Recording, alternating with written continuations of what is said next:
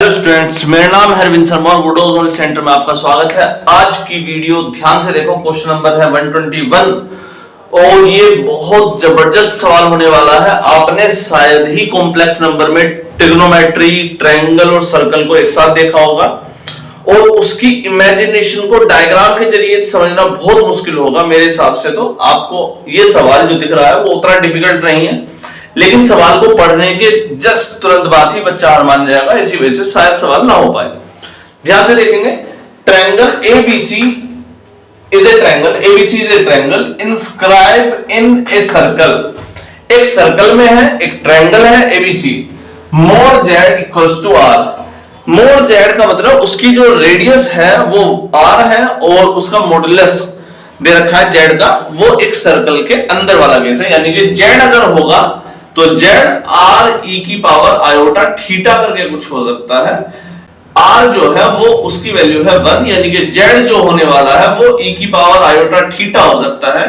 तो Z1 की value in सब के केसेस में कुछ ना कुछ निकल करके आ जाएगी। ठीक, कुछ इस प्रकार से एक ट्रायंगल बनाते हैं, ट्रायंगल एबीसी, और इसको इंस्क्राइब करते हैं इन सर्कल। एक सर्कल बना दिया है ए, बी और सी।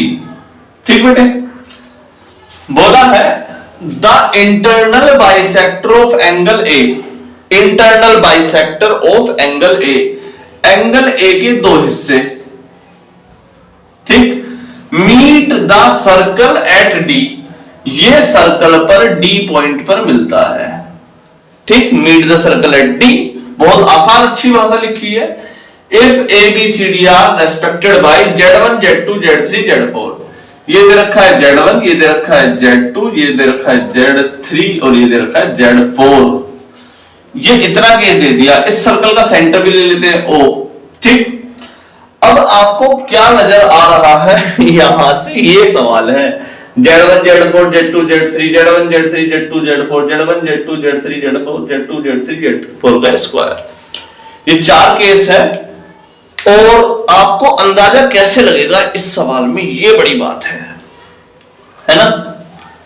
तो ऐसे केसेस में जनरली किसी एक एंगल के सहारे से बाकी दो कॉम्प्लेक्स नंबर लिखे जाते हैं, या एक एंगल के सहारे से बाकी दो कॉम्प्लेक्स नंबर लिखे जाते हैं, या किसी दो के लिए बाकी दोनों का इस्तेमाल किया जाता है। ऐसे इस प्रकार से सवाल सोचा जाता है। ध्यान से दिखाता हूं मैं इस सवाल को। इसमें अच्छी बात क्या है, यहां से यहां तक अगर आप एक लाइन खींचे और यहां से यहां तक एक लाइन खींचे, आपको क्या दिखाई दे रहा है? ये दिखाई दे रहा है इस आर्क के द्वारा सेंटर पर बना हुआ एंगल और सर्कमफेरेंस पर बना हुआ एंगल। सर्कल से ये पूरा एंगल है ए और ये हो गया a/2, तो ये वाला एंगल कितना हो गया a। क्लियर रहा? ये वाला एंगल ध्यान से देखो दोबारा से, इसको यहां पे मिला देते हैं, ये वाला एंगल भी a/2 और इसी सेम आर्क से ये भी मिल रहा है, सेम आर्क से ये भी मिल रहा है। अगर ये चीज प्रॉपर्टी याद नहीं आई है तो मैं एक बार और याद दिलाता हूं। सर्कल के सेंटर पर बना हुआ एंगल सर्कमफेरेंस पर बने हुए एंगल का दुगना होता है। मतलब कि अगर ये 90 डिग्री है तो ये वाला कितना है? 45 डिग्री। अगर ये a/2 है तो ये है a, इसका आधा a/2 है। ध्यान से देखो, ये यहां से मिल रहा है, तो सर्कल के सेंटर पर बना हुआ एंगल सर्कमफेरेंस पर बने हुए एंगल का दुगना, ये भी दुगना हो गया। यानी कि Z3 और Z2 दोनों का अगर a एंगल बनाए सर्कल के सेंटर से, उस लाइन को, कॉमन लाइन को मिलाते तो Z4 आ रहा है। इस भाषा को दूसरे शब्दों में कैसे बोलूं कि Z4 को एक बार एंटी क्लॉकवाइज A से घुमा दिया और एक बार क्लॉकवाइज A से घुमा दिया, मतलब एंगल A ही है। एक बार क्लॉकवाइज, एक बार एंटी क्लॉकवाइज घुमा दिया। जब दोनों को घुमाते हैं तब Z2 और Z3 आ रहे हैं। इसका मतलब Z2 को Z4 की भाषा में लिखा जा सकता है, Z3 को भी Z4 की भाषा में लिखा जा सकता है। तो Z2 इक्वल्स टू Z4 ई की power minus iota theta. Theta जो है एंगल क्या है? ए का इस्तेमाल हो गया यहां पर, ध्यान रखना। आप सोच रहे हो कि ए का इस्तेमाल नहीं हुआ, वो हो गया है। Z3 equals to Z4 e की पावर आयोटा a। ये केस आ गया आपका। क्लियर है बेटे? ये प्लस a और माइनस a क्यों? क्योंकि एक एंटी क्लॉकवाइज घूम रहा है, क्लॉकवाइज। आप किसी एक को पॉजिटिव ले लीजिए, दूसरे को नेगेटिव लेना पड़ जाएगा, क्योंकि वो उसी डायरेक्शन के अकॉर्डिंग लेना पड़ेगा। Z2 और Z3 आ गया, Z1 आ गया। आपको Z2 Z3 देखो, दो क्वेश्चन में तो कम से कम लिख ही रखा है, तो इन दोनों की मल्टीप्लाई कर देते हैं। Z2 into Z3 equals to Z4 e की power minus iota a into Z4 e की पावर आयोटा a। मुझे लग रहा है हमारा आंसर जल्दी आ गया है। Z4 e की power minus iota a plus iota a से कट गया a, और ये आ गया Z4 की पावर स्क्वायर Z2 Z3। ध्यान से देखिए बेटे, ये वाला हालांकि सवाल जल्दी हो गया थोड़ा सा, लेकिन Z2 Z3 की जो वैल्यू आई Z4 की पावर 2 आई है। अगर होता Z2 Z3 और इसकी फॉर्म में आ जाता तो शायद वो भी एक आंसर निकल करके आ सकता था। ठीक, तो आई थिंक आपको ये केस क्लियर हुआ होगा। इसमें क्या क्या इस्तेमाल हुआ है वो भी बात आपको समझ में आई होगी। चलिए देख लेते हैं, अगर समझ में नहीं आया तो प्लीज कमेंट कर दीजिएगा, मैं उसको जरूर रीचेक करने की कोशिश करूंगा। बेटे कहीं जाइएगा नहीं, क्वेश्चन नंबर 120 चल रहा है और बहुत अच्छा सवाल आने वाला है 122। If A and B are real number between 0 and 1, 0 and 1, such that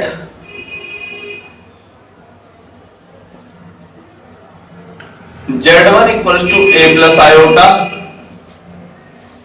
Z2 equals to 1 plus b iota, Z3 equals to 0 form होगा real numbers between 0 1 such that Z1 Z2 Z3 form an equilateral triangle, ठीक। Then सवाल है आपका a equals to b equals to 2 plus root 3, a equals to b equals to 2 minus root 3, a equals to b equals to root 2 plus root 3, और a equals to b equals to 2 minus root 3। ये चार सवाल आपके सामने दे रखे हैं, चार case आपके सामने लिखे हुए हैं। सवाल को बहुत ध्यान से देखिए। A b are the real number between 0 and 1, Z1 की value 1 plus i, a plus iota, 1 plus iota b और Z3, ये तीनों वर्टिसेस हैं एक ट्रायंगल की। इसको ध्यान से देखेंगे, Z1 Z2 और Z3 तीन केस दे दिए। इसकी वैल्यू लिख देता हूं मैं, a plus iota, 1 plus b i और ये 0 प्लस 0 आई। यहां से यहां तक की लंबाई कैसे निकालेंगे वो हमने इससे पहले इससे थोड़ा अच्छा सवाल ऐसे में करवा दिया है।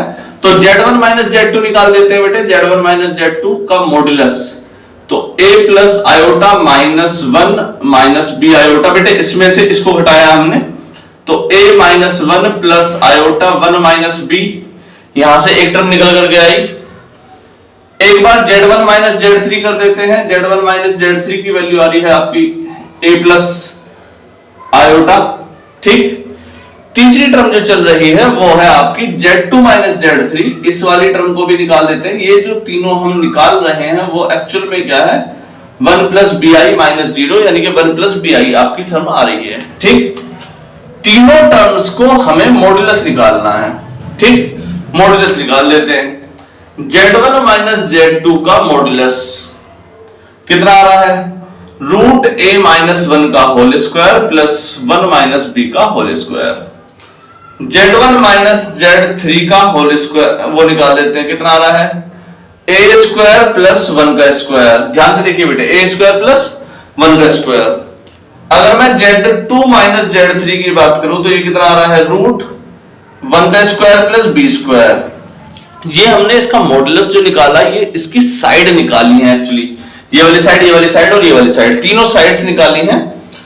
तीनों को इक्वल कर देते हैं, इस वाली को इस वाले के इक्वल कर देते हैं और इस वाली को इस वाले के, यानी कि तीनों को इक्वेट करेंगे तो आपके पास कुछ सॉल्यूशन निकल जाएगा।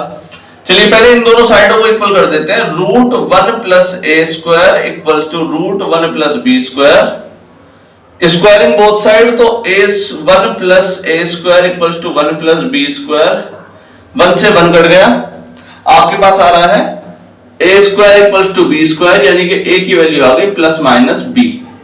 ठीक, ए की वैल्यू कितनी आ गई प्लस माइनस बी, दोनों वैल्यू सोच के चलेंगे, ए की वैल्यू प्लस माइनस बी। ठीक, दूसरी टर्म हम इनमें से इस वाली टर्म को किसी इसके इक्वल या इसके इक्वल किसी एक के इक्वल कर देते हैं। चलिए इस वाली टर्म का स्क्वायर को इसके इक्वल कर दीजिए, a माइनस 1 का whole square plus 1 minus B का whole square equals to A square plus 1, a plus A square plus 1 minus 2a plus 1 plus B square minus 2b equals to 1 plus A square. ध्यान से देखो बेटा, ए square से ए square cut गया, 1 से 1 cut गया, यहां पर जो टर्म बची B square minus 2b minus का 2a प्लस का 1 इक्वल टू 0 बच रहा है। ये वाली एक टर्म आपके सामने बचती हुई दिखाई दे रही है, इस टर्म को हम सोल्व करेंगे। ठीक, b को हम लिख देते हैं बी स्क्वायर माइनस 2b, आपने बोला कि a और b दोनों एक जैसे हैं तो हम एक जैसे लिख देते हैं, माइनस का 2b लिख देता हूं प्लस का 1 equal to 0, b square minus का 4b प्लस का 1 इक्वल टू 0। ये आपके सामने क्वाड्रेटिक इक्वेशन बनती हुई दिखाई दे रही है। हम इस टर्म को सोल्व कर लेते हैं, तो ये a माइनस बी का होल स्क्वायर बनाने के लिए हमें क्या करना पड़ेगा, यहां 4 लगाते हैं। जब आप इसमें इधर प्लस 3 ऐड कर देंगे और उधर 0 प्लस 3 ऐड कर देंगे तो ये क्या हो जाएगा, B square minus 4b plus का 4 इक्वल टू 3। इसे ध्यान से देखिए, ये a माइनस बी का होल स्क्वायर वाला फॉर्मूला बन रहा है, यानी कि b माइनस 2 का होल स्क्वायर इक्वल टू इसे रूट 3 का होल स्क्वायर, तो b माइनस 2 कितना आ गया प्लस माइनस का रूट 3, यानी कि b की वैल्यू आ गई आपकी 2 प्लस रूट 3 और 2 माइनस रूट 3।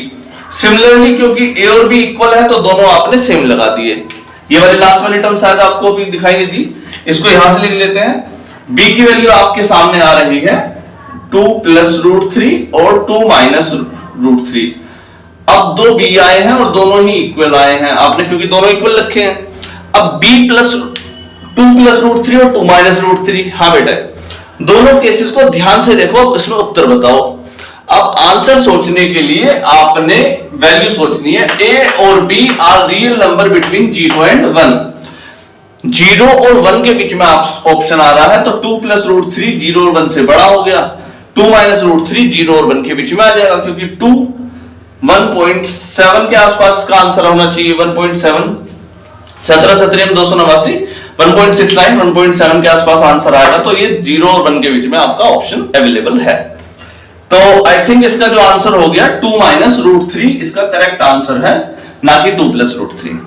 आई थिंक आप सभी को समझ में आया होगा। आज की वीडियो यही समाप्त होती है, आज के लिए इतना ही, नमस्कार।